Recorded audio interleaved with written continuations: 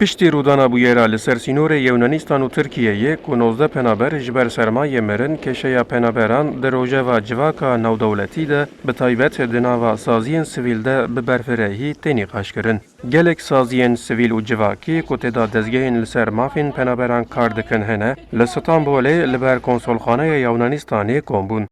Di çalakiyê de daxwaza vekolandina mirina 19 penaberan hate kirin û bang li hemû dewletan hate kirin ku ji bo asankariya jiyana penaberan, xebat û polîtîka werin kirin. Yunanistan sınırında pek çok ölüm olayını duyuyoruz. Li ser sînorê Tirkiye û Yewnanistanê gelek xeberên mirinê tên. Berpirsyariya Yewnanistan û Tirkiye di van mirinen de hene.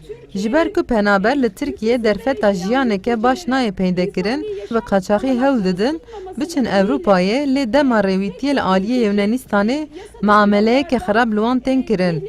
Vê guman rola peymana vegerandina penaberan a Yekîtiya Ewropayê jî divê meseleyê de heye. Divê ev peyman were betalkirin.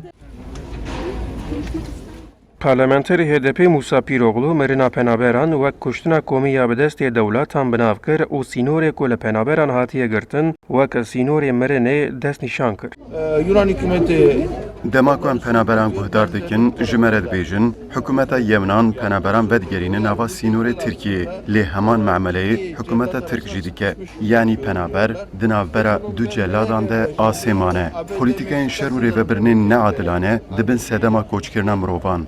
Piştre penaber dikevin destê qaçaxvanan, heta şertên jiyaneke wekhev û pergaleke dadwerane neyê avakirin, kêşeya penaberan jî dê her berdewam be.